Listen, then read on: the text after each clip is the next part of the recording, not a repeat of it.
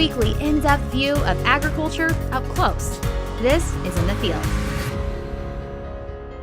Presented by Gordon's Feed and Pet. When we think of row crops, we typically think of planting, the growing season, and harvest in the fall. But we're here in Jasper, Missouri to learn about what takes place on the farm during the winter. I'm a row crop farmer from Jasper, Missouri. We farm corn, wheat, double crop beans. We have a few cattle on ground that we can't row crop. I started off farming about 10 years ago with my uncle and cousin and went out on my own about 5 years ago now. We farm mainly silt loam soils, some gumbo type soils, but mainly silt loam. So Bradley, we are in the dead of winter, and most people think of planting and growing and harvest season, but there's a lot on the farm that takes place in the wintertime prepping for that growing season. So take me back to after harvest and some of those decisions and the first steps you're taking then to prepare for the next growing season. The decisions made in winter start even before harvest is over. Seed purchases have to be made before harvest is even over with in the fall. As soon as seed purchase, to get the biggest discounts on seed. You're always thinking about chemical for next year, and that's what we're doing right now is finalizing chemical purchases for herbicides, fungicides, insecticides that we're going to be spraying on the crops all year long. We're also doing maintenance on equipment. We're working, the combine's behind us now, we're working on replacing some parts on the combine, getting it ready to go. We're trying to get in the field for some tillage work, but it's been awful wet for us, so we haven't been able to get any tillage work done yet. So it'll all hit at one time this spring. So let's go back to those decisions on seed and fertilizer and that nutrient management on the fields.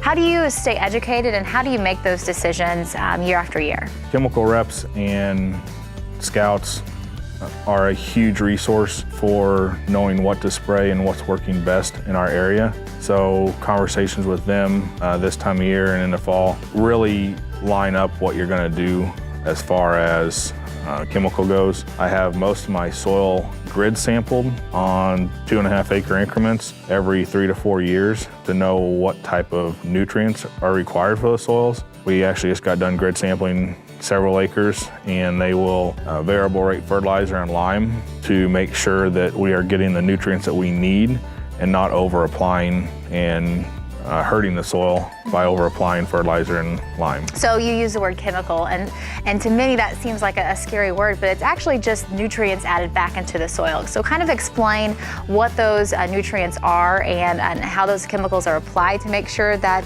they're doing justice to the crop and that you're not over or under applying. So the main chemicals we spray are insecticides, fungicides, and herbicides. Insecticides are going to help control insects and pests. Fungicides are going to help control fungus on the plants. Herbicides are going to help control weeds out in the field. We scout for everything before we spray. We don't just, oh, it's this time of year, we spray.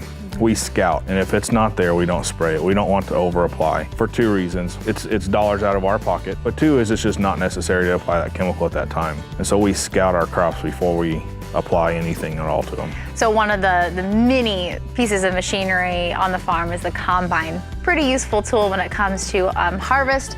So take me through what you're doing in the winter months to prep this machinery so it's ready when you need it. So the equipment on the farm is expensive, and we want to make sure it's going to last for a long time.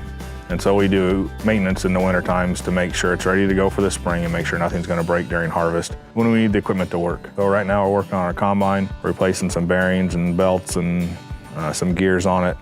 Today we're working on replacing the return elevator chain and some sprockets on it. So I didn't grow up on a row crop farm, but the machinery we worked with was hay machinery. And of course, there's nothing more frustrating than breaking down in the middle of summer when you needed to get hay up. So I know that you guys are in that same boat. You're not hauling off this equipment to a mechanic in town, you're fixing it yourself. So where do you gain that knowledge and the collection of tools and assets you need to make sure it's running? So a lot of times it's just kind of learn as you go. You figure out something's broke and like, well, how do we get to it to fix it? I do have a service manual for most of my equipment, so if I really get stuck, I go to the service manual and figure out how to take it apart and repair it. But a lot of times it's just taking a bolt out here and a nut loose there and figuring out how it comes apart and fix it. I do have good resources with my local John Deere dealers, and so if I really get stuck, I'll call them and talk to one of the techs there. and he'll walk me through how to do something. But for the most part, it's just you start repairing it yourself. You can't, especially during harvest, repair technicians are so busy with everything that you can't rely on them to get there quickly. And so out of necessity, you learn how to do it yourself. So this time of the year, it's time to start prepping those fields for planting. Are you there yet? No. We've been blessed with moisture this winter. Always a good thing. Always a good thing, but it's been pretty wet in the fields. We should have been chiseling already, putting in hydroson. We only have about half our hydroson right now. We have nitrogen that we need to be putting on wheat right now that some we can't even get over because it's too wet, even with floater tires on the sprayer. So it's been a challenge, but as far as field prep goes, it'll dry out one of these days and we'll get in the field, but we should be chiseling and disking and getting ready for corn right now, and it's just too wet to be able to do that. So you mentioned wheat, and that's winter wheat growing throughout the winter months. Where is it right now in its life cycle? It's really just starting to grow again. We're getting some warmer days now. If it gets cold, really cold again, it could damage it because it has started to grow again already. But it's starting to grow now. We're getting ready to put nitrogen on most of it so it can have the nutrients there it needs to start growing this spring. We will put fungicide on it probably in about 30 to 45 days if it needs it. We'll plan on harvesting it sometime June, July timeframe. We talk a lot about the challenges and the trials and tribulations of farming. Let's look at 2019. You know, we're well into it and we're planning, already for the yields that we hope to have come fall.